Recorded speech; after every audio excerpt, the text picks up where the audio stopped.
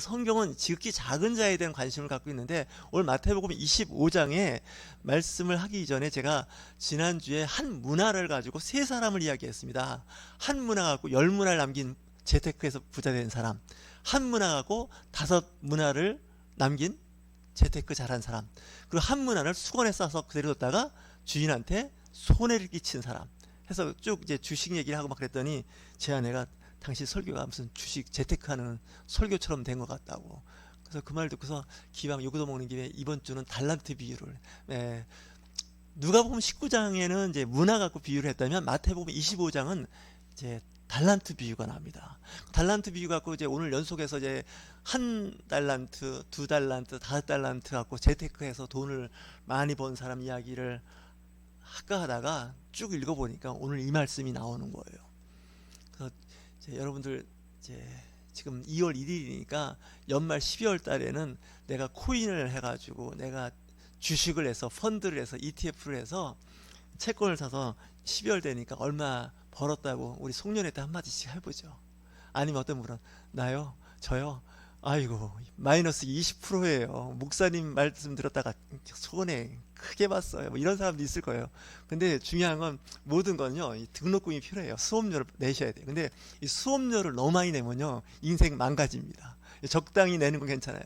손해를 봤다는 건요 정신을 차리게 해요. 그죠? 이거 이렇게 하면 안 되는구나. 또 잘 되면 하나님의 은혜 가운데 잘 됐는데 이거 어떻게 잘 되는지, 여러분들 시험을 보고 나서 공부 잘하는 학생과 못하는 학생의 차이가 어떤 차이인 줄 아십니까? 공부 잘하는 학생들은 자기가 틀린 문제를 다시 한번 확인해 봅니다. 왜 틀렸는지, 맞은 것도 확인해 보고. 근데 공부 못하는 학생 특징은요, 시험 끝나면 뭐 바닥을 긁든지 뭐 중간하든지 관심 없습니다. 그 다음에 똑같은 문제가 또 나와도, 같은 유형의 문제가 나와도 또 틀립니다. 왜냐면 틀린 문제를 확인 안 해서 그래요. 우리 신앙생활도 마찬가지예요. 잘했을 때 잘못했을 때 관계에서 망가졌을 때 한번 봐야 됩니다. 내가 어디서 잘못해서 이런 문제가 생겼는지. 이거 안 하시면 신앙생활 10년 20년 해도 전혀 발전 없습니다. 마치 공부 못하는 학생과 똑같습니다. 틀린 문제 계속 틀립니다. 그러니까 재테크도 마찬가지입니다. 내가 손해를 잘못해서 했을 때는 냉철하게 봐야 됩니다. 잘 모르면 누군가에게 한번 봐달라고 해야 됩니다. 제가 가끔 이렇게 글을 쓸 기회가 있어 글을 써서 이렇게 보내면 제가 보지 않습니까? 활자화된 글씨를 이렇게 보게 되면 제가 깜짝 놀랄 때가 있어요. 아차, 내가 이걸 잘못 썼구나. 이거 맞춤법이 틀렸네. 이런 생각이 드는데 이미 활자화된 건 고칠 수가 없습니다. 그렇지 않습니까? 그 전에 고쳐야 되는데 그 전에 고칠 수 있는 기회가 없습니다. 제가 보면요 5번 10번 읽어도 그게 안 보입니다. 근데 누군가 봐주면 좋습니다. 그렇지 않겠습니까? 누구한테 봐달라고 하면 그 봐주는 분이 되게 귀찮아합니다. 어쩌다 한 번은 그러는데 2번 3번 봐달라고 그러면 알아서 하라고, 이제 나한테 이거 교정 받아라고 얘기 하지 말라고 그런 얘기를 듣지 않습니까? 그러다 보니까 이제 혼자 써서 보내다 보면 꼭 사고 납니다. 가끔은 이렇게 한 번씩 이렇게 그 주변 사람들하고 서로 물어보면서 이야기를 듣는 게 굉장히 배우는 데 도움이 됩니다. 신앙생활도 마찬가지입니다. 내가 교회에서 이렇게 신앙생활 하고 있는데 잘하고 있는지 좀 궁금하다고 우리 교회의 성도들끼리 교제해도 좋고요, 다른 교회 성도들하고도 해보시는 것도 좋습니다. 그러면 얘기해 줍니다. 그래서 이제 하는데, 물론 이제 그 카운셀링 카운터에 있는 사람한테 잘 이제 하셔야 됩니다. 잘못해 보면 역효과도 보게 된다는 거 아닙니까? 오늘 이 마태복음 25장을 이렇게 읽으면서 지극히 작은 자라는 말씀이 다 꽂히는 거예요. 그래서 그 지극히 작은 자에 대해서 성경은 어떻게 이야기하는지 한번 묵상하는 가운데 제가 좀 가슴이 좀 찔리더라고요. 내가 줄일 때 너희가 먹을 것을 주지 아니하였고 목마를 때 마시게 하지 아니하였고, 이렇게 성경이 이야기합니다. 근데 이야기를 들었을 때 기분이 되게 나쁜 겁니다. 나는 내 딴에는 한다고 했는데 왜 이런 얘기를 내가 들어야 되지? 이렇게 얘기가 되는 거죠. 양과 염소에 대한 이야기가 이제 25장 오늘 말씀의 배경에 있는데, 성경은 양에 대해서 긍정적으로 보고 있고 염소에 대해서는 부정적으로 봅니다. 그래서 여러분이나 저나 혹시 내가 양인가 염소인가 한번 체크해 보셔야 됩니다. 이렇게 생각하시면 좋습니다. 우리는 양이나 염소나 만날 기회가 거의 없습니다. 여러분 개와 고양이를 생각해 보시면 됩니다. 여러분 개가 더 충성스럽습니까? 고양이가 더 충성스럽습니까? 제가 전에 한번 그 책을 하나 사서 봤는데 중고 서점에서 봤습니다. 책 제목이 그렇습니다. 고양이 같은 성도, 개 같은 성도였습니다. 그거 너무나 좋아서 누구한테 좀 보라고 했더니 그분이 이제 더 이상 저한테 들어오지 않는 책이 됐는데, 이 교회 안에는 개 같은 성도가 있다는 거예요. 그리고 고양이 같은 성도가 있다는 거예요. 그 얘기는 뭐냐면 이 개는 충성을 상징합니다. 한번 주인을 이렇게 좋아하면, 진돗개가 그렇잖아요. 그죠? 우리나라 진돗개는 이 주인이 바뀌면 적응을 못합니다. 세포드나 다른 개들은 주인이 바뀌면 잘 적응하는데, 이 진돗개는 한번 이렇게 충성을 맹세한 주인이 하나 있으면 다른 사람이 키우기가 쉽지가 않다 그럽니다. 그래서 개는 발로 차도 밥을 안 줘도 주인한테 늘 꼬리를 흔들면서 가까이 온다는 거예요. 아시죠? 개는. 예, 그렇습니다. 며칠을 굶겨도 주인 오면 반갑게 맞이해요. 근데 고양이는 안 그렇다는 거예요. 고양이는 자기 성향에 안 맞으면 떠나가요. 이사 갈 때 개와 고양이를 같이 데리고 가면, 개는 주인이 가면 주인이 망했습니다. 그래서 잘 살다가 어디 진짜 오막살이 같은 데 살아도 개는 따라옵니다. 거기 같이 삽니다. 근데 고양이는 딱 봐가지고 전에 살던 데가 좋으면 왔다 그냥 가버립니다. 어디로 가냐? 전에 살던 데로 가버립니다. 그래서 고양이는 이 충성스러운 동물이 아닙니다. 그래서 개는 꼬리를 흔들며 충성스럽게 있지만, 고양이는 도도한 동물이다. 어떤 분은 그러더라고요. 도도한 맛을 키운다고. 고양이하고 개하고는 다르죠. 그러니까 성경도 보면 양과 염소가 있는데, 양은 순종하고 충성스러운 동물에 비해서 이 염소는 뿔로 받아치는 동물로 비유를 합니다. 그래서 성경에는 오른쪽에는 양, 왼쪽에는 염소가 있게 되는데, 오늘 말씀이 그겁니다. 지극히 작은 자에게 한 사람은 양 쪽이고, 지극히 작은 사람을 무시하고 힘과 영향력 있는 사람한테 잘하는 사람을 염소로 구분을 합니다. 마지막 심판 때는 염소와 양을 구분한다는 거예요. 참 이게 무서운 얘기 아닙니까? 내가 나그네 되었을 때, 그리고 헐벗었을 때, 병들었을 때, 옥에 갇혔을 때 돌보지 않았다는 거예요. 참 이게 어렵지 않습니까? 그런 곳을 찾아다니면서 구제하고 제 돌보는 사람이 참 위대하다는 생각이 들어요. 나와 좀 수준이 맞고 나보다 좀 나은 사람하고 교제하고 어울리는 건 좋습니다. 예를 들어서 뭐 김포시장, 김포에 있는 국회의원님 만납시다. 식사 같이 하다 보면 기쁜데, 김포에서 아니면 지역에서 구제 대상에 있는 어려운 사람이 만나자 그러면 여러분 긴장하시죠. 이거 어떡하지? 뭐 도와달라는 거 아닐까? 제가 목회하면서 이런 생각이 들어요. 가끔 선교사님들하고 문자를 서로 주고받을 때가 있는데, 특히 우리보다 어려운 지역에 선교사들이 있잖아요. 예를 들면 아프리카, 뭐 인도, 뭐 하여튼 동남아시아 사람들이 좀 살기 힘든 데 있는 선교사가 가끔 카톡이나 문자가 오면 갑자기 긴장해요. 이거 어떡하지? 이런 게 먼저 들어오는 거예요. 왜냐하면 이 도와달라는 그 후원에 대한 그런 부탁에 그 문자가 올 때가 있고, 어떤 데는 아예 그런 거 없는데도 그냥 이렇게 안부를 물으면 이 안부 묻는다는 게 이 스트레스예요. 그래서 여러분들 그 주변에 친구나 누가 어려운 사람이 있다면, 어렵고 힘든 사람이 안부를 묻으면 어때요? 긴장하죠. 그리고 나보다 형편이 좋고 건강하고 좀 영향력 있는 사람이 안부를 묻으면 왠지 기분이 좋고 넉넉해요. 그러니까 누구랑 같이 식사 한번 하자 그러면 그 상대가 누군지를 봐요. 그래서 그 긴장하지 않습니까? 예, 이럴 때 여러분들 좀 조심하셔야 돼요. 저도 마찬가지예요. 예, 저는 이제 목사로서 할 말은 아닌데 선교사가 무섭습니다. 선교사님들 저한테 문자 오거나 뭐 연락 오면은, 야 이거 어떡하지? 어떻게 도와줘야 되지? 막 이런 생각, 긴장이 들어요. 왜냐면 그 아프리카나 그 인도 같은 오지에 있는 사람들은 굉장히 힘들잖아요. 물론 우리도 개인적으로 다 힘들고 어려운데, 그런 데에서 누가 이렇게 연락이나 문자 오면은 이거 어떡하지? 그래서 어떤 때는 답변도 안 해요. 그냥 모른 척하고 그냥 요즘 말하면 문자 씻고 말아요. 왜냐? 이거 뭔가 도와줘야 되는데, 어떻게 도와야 되는데, 뭐 이런 생각이 드는 거죠. 물론 한계는 있습니다. 한계는 있는데, 그럼에도 불구하고 성경은 이런 얘기를 하는 거죠. 가난하고 힘든 사람에 대해서 완악하게 쥔 손을 놓지 않는 죄를 범하지 말라고 말씀을 하고 있지 않습니까? 성경은요, 하나님 말씀인데 굉장히 인간적인 냄새가 납니다. 저는 그래서 신본주의, 하나님의 중심 이런 얘기를 할 때 저 이런 얘기예요. 차라리 그런 얘기 하지 말고 좀 인간답게 살자고 그래요. 차라리 저 말이 더 정스러워요. 우리 한번 옆에 있는 분을 권면할까요? 저 인간답게 삽시다. 우리가 뭐 하나님답게, 예수님답게, 뭐 성령 이런 얘기 하지 말고 좀 인간답게 살자고요. 원래 사람이 타락하기 이전에는 인간의 본성은 아름다웠어요. 타락하고 나서 마음이 이렇게 나빠진 거죠. 그래서 사람이 정말 인간답다는 말이 참 좋은 말이에요. 우리나라는요. 정이 많고, 그죠? 그러니까 좀 가난하고 힘들고 어려운 사람에 대한 관심과 사랑을 갖고 있어야 되는데 우리는 저 찐득이라 생각하잖아요. 그죠?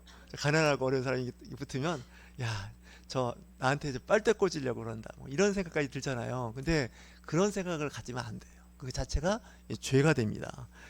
성경은 정말 인간적인 책이에요. 여러분들 그 인간적인 아주 다정한 마음으로 성경을 읽어보면 이해가 굉장히 빠릅니다. 신본주의라 해서 하나님 중심으로 읽어버리면요 되게 거룩한 것 같으죠. 제가 보기엔요 순 조폭 수준으로 나와요. 하나님을 완전히 조직 폭력배 수준으로 막 끌고 가는 그 교회들이 있거든요. 리더들 하나님 말씀이라고. 근데 하나님 말씀은 어떻게 말씀하시는지 아시나요? 잠언 29장에 이런 말씀을 하세요. 왕이 가난한 자를 성실히 신원하면 그 위가 영원히 견고하리라. 그러니까 왕이 대통령이 가난한 자에 대한 관심이 있다는 거예요. 돌봄이 있으면 어때요? 그 왕과 대통령을 오래 한다는 거예요. 임기를 마칠 수 있다는 거예요. 가난한 자예요. 근데 어떻게 생각하면 부자, 능력 있는 사람, 가진 자, 많이 배운 사람에 붙어서 권력자가 일을 하잖아요. 되게 편한 것 같으죠. 잘 될 것 같으죠. 망해버립니다. 레위기 19장 9절 10절에 이렇게 말씀합니다. 너희가 너희의 땅에서 곡식을 거둘 때에는 너는 반 모퉁이까지 다 거두지 말고 내 떨어진 이삭도 줍지 말며 내 포도원의 열매를 다 따지 말며 내 포도원에 떨어진 열매도 줍지 말고 가난한 사람과 거류민을 위하여 버려두라. 나는 너희의 하나님 여호와이니라. 아멘 하시겠습니까? 농사 지을 때 뭐 요즘에 농경 문화 아니죠. 우리나라 인구의 4%밖에 안 됩니다. 농사 짓는 사람이. 모퉁이에 있는 건 어때요? 수확하지 말라는 거예요. 이삭이 떨어진 거 줍지 말라는 거예요.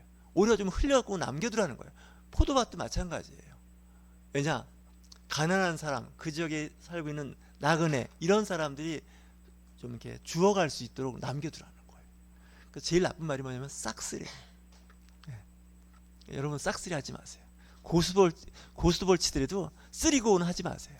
투고하고 죽어야 돼요. 왜냐? 그냥 막 다 하려고 하다가 어떻게 돼요? 사고 나요. 그래서 성경은 굉장히 인간적이에요. 나는 그래서 전에 한번 그런 얘기 했더니 기분이 쏴지네. 교회 목사님들께 모여서 대형 교회 목사님들 제발 그 셔틀버스 돌리지 말라고 그랬더니 큰 교회 목사님들이 싫어하시더라고요. 왜냐하면 큰 교회는 그 셔틀 안 하면 교회가 유지 안 되잖아요. 가까운 교회 나가도록 같은 교회 다니는 목사님 교회 좀 나가게 하지 그걸 주일날 다 돌려갖고 다 싹 동네 쓸어가냐고 막 그랬더니 저 윤철종 목사 왜 그런 말을 했냐면 레위기 19장 9절과 10절 말씀이에요. 지금부터 큰 교회 목사님들께 교회에 셔틀버스 돌릴 때면요 별로 마음이 불편해요. 심지어 남의 교회 앞에 지나가고 거기서 서갖고 거기서 교인들 데려가더라고요. 우리 아파트 앞에서도. 그래서 제가 성격들이랑 쌍욕도 해봤는데 진짜 그러지 마세요. 성경은 얘기해요. 모퉁이에 있는 거 남겨두라는 거예요. 그 지역에 있으면 예를 들면 나 그런 목사님 좀 존경해요. 큰 교회 목사님이에요. 근데 이제 그 지역이나 그 교회에 있는 사역자가 나가서 교회를 개척했어요. 했더니 그 목사님이 그러는 거예요. 우리 교인 중에 그쪽 소속돼 있거나 그쪽 동네에 사시는 분들은 그 교회 다니시라고 막 그렇게 하는 거예요. 쉽지 않아요. 크든 작은 교회든 성도 떼어주는 게 이게 자기 살점 떼어주는 것만큼이나 힘들어요. 오히려 그런 사람 있으면 거기 가지 말라고 그러고 셔틀버스 그 시간에 거기 된 목사들도 있어요. 큰 교회 목사들. 사악하다 그래야 돼요. 내가 지금 유튜브 나간 설교 좀 그렇게 하는 거예요. 그렇잖아요. 성경은 뭐냐면 가난한 자에 대한 관심이에요. 나 연봉 억대 연봉 받고 있고 우리 교회 수천 명이야. 뭐 30명 50명 떼어줘도 하나 문제 없어. 이렇게 목회하는 사람 못 봤어요. 그냥 그냥 딴 데로 갈까봐. 저도 그런 위치에 안 있다는 게 참 다행인 것 같아요. 저도 거기 있으면 그렇게 할 것 같아요. 버스 그냥 잔뜩 그냥 주일날면 7대 8대 돌려갖고 싹쓸이 할 것 같아요. 근데 성경은 그거 하지 말라는 거예요. 제가 이 설교하면 댓글에다 욕하는 사람이 있을 텐데 제 유튜브에 댓글에 욕을 안 해요. 제가 요즘 가끔 그래요. 제 유튜브 설교 들으시면요 좋아요 구독하시고요 밑에다가 댓글에다가 욕 좀 해주세요. 그러면 왜 그러냐 보니까 칭찬 아멘하고 할렐루야 하면 사람들이 조회수가 안 올라간다고. 쌍 욕을 막 해대야 사람들이 유튜브를 더 끝까지 보더라고. 설교를 어떻게 했길래 그냥 이렇게 쌍욕이 달리는지 모르겠다고. 그래서 요즘에 저도 그냥 악플 달리는 설교를 해야 될까 봐요. 진짜 그래야 막 조회수가 올라가고 또 거기에 또 맞는 사람이 또 모이나 봐요. 그 마케팅에서 그걸 노이지 마케팅이라고 들어보셨어요? 그냥 반대로 해가지고 막 사람 모으는 거. 이것도 좀 악하다고 생각이 드는데 하여튼 그렇습니다. 자, 이런 말씀이 있습니다. 신명기 15장의 7절에 이런 말씀이 있습니다. 내 하나님 여호와께서 내게 주신 땅 어느 성읍에서든지 가난한 형제가 너와 함께 거주하거든 그 가난한 형제에게 내 마음을 완악하게 하지 말며 내 손을 움켜쥐지 말고, 이렇게 돼 있습니다. 무슨 얘기인지 아시죠? 내가 사는 그 동네에 가난한 사람이 있으면 그 사람과 함께 같이 사는데 좀 도움이 필요하면 도와주라는 거예요. 인색하게 하지 말라는 거예요. 완악하게 하지 말고 강팍하게 하지 말라는 거예요. 반드시 내 손을 그에게 펴서 그에게 필요한 대로 쓸 것을 넉넉히 구워주라는 거예요. 물론 없으면 할 수 없지만 있으면 나눠주라는 거죠. 근데 내 궁핍한 형제를 악한 눈으로 바라보며 아무것도 주지 아니하면 그가 너를 여호와께 호소하니 그것이 내게 죄가 된다는 거예요. 아시죠? 그래서 이제 그런 얘기를 하는데, 성경은 하나님께서 기억을 하셔서 대가를 지불하십니다. 지난 수요일날 제가 말씀을 드렸어요. 바벨론 포로 생활을 70년을 했습니다. 유대 나라가 망해가지고. 근데 그 70년이 왜 70년인 줄 아세요? 에레미야 29장 10절에 나옵니다. 너희들이 바벨론 포로를 70년을 할 거라는 거예요. 그러니까 30살인 사람은 100세예요. 그러니까 죽는다는 얘기예요. 바벨론에서. 그 70년 세월이 굉장히 긴 세월인데 그 이유가 있어요. 이스라엘 사람들은 전통적으로 7년째가 되면 안식년이라고 그래요. 우리는 오늘 이제 안식이라고 하진 않지만 주일이라고 하지만 유대인들은 안식일과 안식년이 있고 신년이라는 게 있습니다. 다시 얘기해서 6년 지나고 7년째가 되면 어떤 일을 하냐면 돈 빌린 사람이 있으면 돈 빌린 걸 탕감해 줘요. 200만 원 빌려갔는데 올해가 보니까 안식년이네. 그러면 200만 원 그냥 없는 걸로 하는 거예요. 근데 부자가 기분이 좋을까요, 나쁠까요? 200만 원을 못 받으니까. 안식년 누가 만들어갖고 이렇게 살아시는 거야. 그리고 그 당시 가난하고 힘들면 종으로 팔렸거든요. 노예처럼. 빚을 못 갚으면 이제 신체 포기각서를 쓰는 거죠. 그래갖고 했는데 안식년이 되면 그 종으로 잡혀왔거나 노예 생활을 풀어줘야 돼요. 그러면 종을 부리던 사람이 기분이 좋을까요, 나쁠까요? 기분 되게 나빠요. 안식년은 부자한테는 재앙 같은 해예요. 근데 가난하고 힘들고 어려운 사람은 안식년이 기다려지는 거예요. 그죠? 근데 분명히 모세는 그렇게 얘기를 했어요. 했는데 안 지켰어요. 얼마 동안 안 지켰는지 아세요? 490년을 안 지켰어요. 다시 해서 모세 때부터 시작해서 여호수아서부터 시작해서 유다가 망할 때까지 안 지켰어요. 한 번도 안 지켰다 성경은 돼요. 한 번도. 근데 490년을 7년으로 나누면 몇 년이 나오죠? 99, 79잖아요. 그죠? 70년을 안 지켜요. 그러니까 7년째 되는 한 해를 계산해서 다 더해보니까 70년이에요. 490년. 그래서 하나님이 그 세월을 다 더하게 하셔갖고 유다를 망하게 해서 70년 동안 느부갓네살 왕이 통치하는 바벨론, 유프라테스, 티그리스 강에 있는 메소포타미아로 유배를 보내요. 하나님은 정확해요. 잘못한 거 있죠? 그거 다 하나님께서 계산하고 있어요. 다 계산하고. 그거를 가지고 하나님께서 이제 복수하실 때가 있어요. 여러분 하나님 복수 안 하실 것 같죠? 시편을 잘 읽어보세요. 하나님은 복수하는 하나님이라고 시편에서. 근데 목사님들이 그런 설교하면 성도들이 마음에 상처받을까봐 그 설교 안 하는 거예요. 저도 설교할 때 본문 정할 때 성도들한테 희망과 꿈을 이야기하고 위로하는 설교를 찾아봐야겠다 이렇게 생각하지, 이런 말씀도 있으니까 이 말씀 갖고 한번 약을 제조해보자, 독약을. 그래가지고 성도들을 좀 힘들게 해보자 이런 생각 안 하거든요. 오늘도 이 말씀 준비하면서 정말 이거 여러분들한테 적용할 게 아니라 저한테 적용할 말씀인데 라는 생각이 들지 않겠습니까?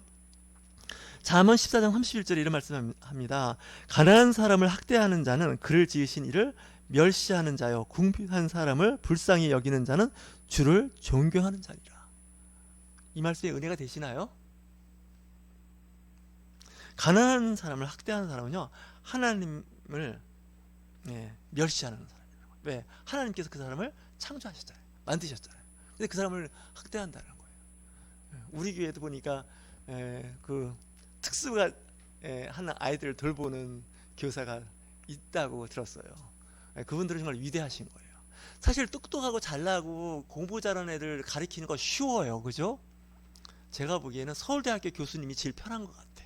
걔네들은 공부 안 시켜도 지들이 알아서 공부해요. 전에 그 휴교령이 있었어요. 학교에. 그 군사정권의 계엄 선포해서. 그때 한 학기 수업 못했어요. 제가 그때 공부한 사람이에요. 한 학기 학교 안 나가고 등록금 내고 학점 받았어요. 과제문안 내고. 그랬는데 그 서울대학교 학생들이 그 시험을 봤어요. 수업 안 했어요. 그랬는데 그 교수님이 하신 말씀이 뭔지 아세요? 평상시에 수업을 한 학기 하고 나서 평가, 기말고사 본 거 하고 강의 안 하고 알아서 공부하라고 그러고서 시험 본 거 하고 성적 차이가 별로 안 나더라는 거예요. 그게 무슨 얘기예요? 공부 잘하는 학생들은 가르치나 안 가르치나 알아서 평가해 보니까 별 차이가 없더라는 거예요. 근데 그렇지 않은 학생들은 차이가 크게 나요. 그러니까 힘들고 어렵고, 그러니까 어떻게 보면 그 지적 장애가 있지 않겠습니까? 인지 장애가 있지 않습니까? 성장 장애, 이런 장애가 있는 사람을 돌보는 건요 굉장한 노력이 필요하고 쉽지가 않습니다. 저보고 하라면 전 도망갈 것 같아요. 못합니다 저는.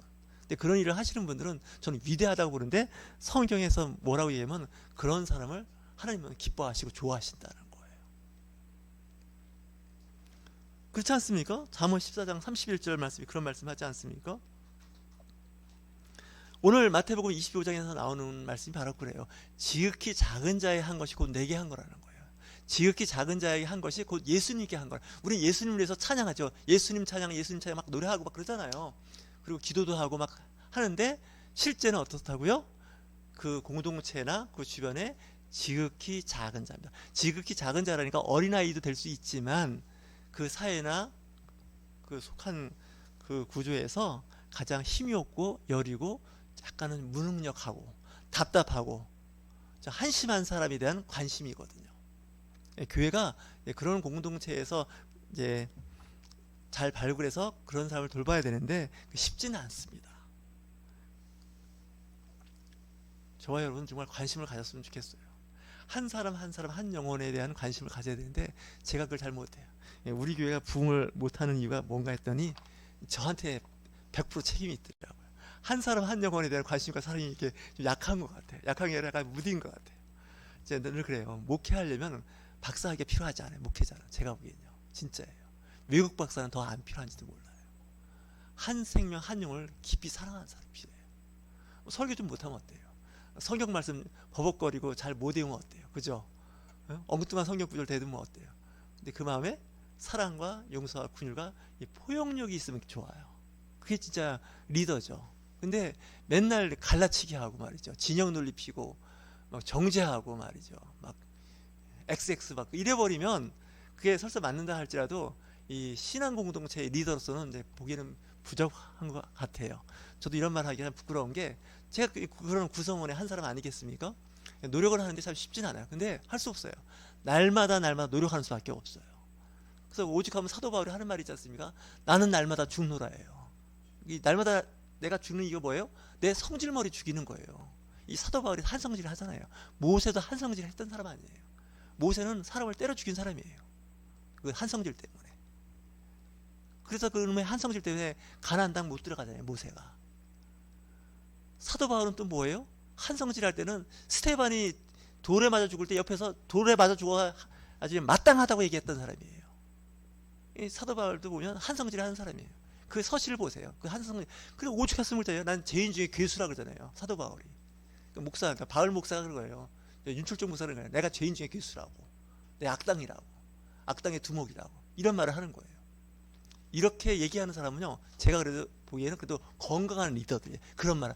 요즘에 정치권이나 종교계에서 나와서 얘기하는 사람들 보세요.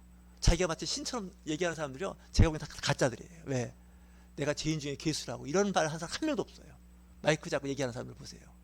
진짜예요. 그런 얘기하는 사람은 나오지도 않지만 그런 사람이 진짜 정말 대단한 거예요. 그렇지 않습니까? 자기가 다 신이고 자기가 다 대통령이고 자기가 종교의 최고의 지도자라고 외치는 사람들은요, 볼 것도 없어요. 다 가짜들이에요. 여러분들 속지 마세요. 이 교주 수준으로 목회하는 사람들은요, 가까이 가시면 안 돼요. 무조건 그건 가짜입니다. 작든 크든 아무 상관없습니다. 제가 혹시 이 교회에서 교주처럼 하걸랑 여러분은 빨리 도망가세요. 왜? 망하는 거. 그렇지 않습니까? 예, 가끔 저도 교주처럼 착각하고 있는데 절대 그렇지 않아요. 리더는요, 특히 그리스도인의 리더는 섬김의 리더십입니다. 저 여러분 오늘 말씀이 좀 부담스럽지만 그래도 어떻게 하겠습니까? 성경에 있고 또 우리는 성경을 하나님 말씀으로 인정하는 사람들 아닙니까? 믿는 사람들 아닙니까? 저 여러분을 지극히 작은 자에 대한 관심을 가지시는 저와 여러분이 되실 주의 이름으로 축원합니다. 아멘 소리가 되게 약합니다. 보듬들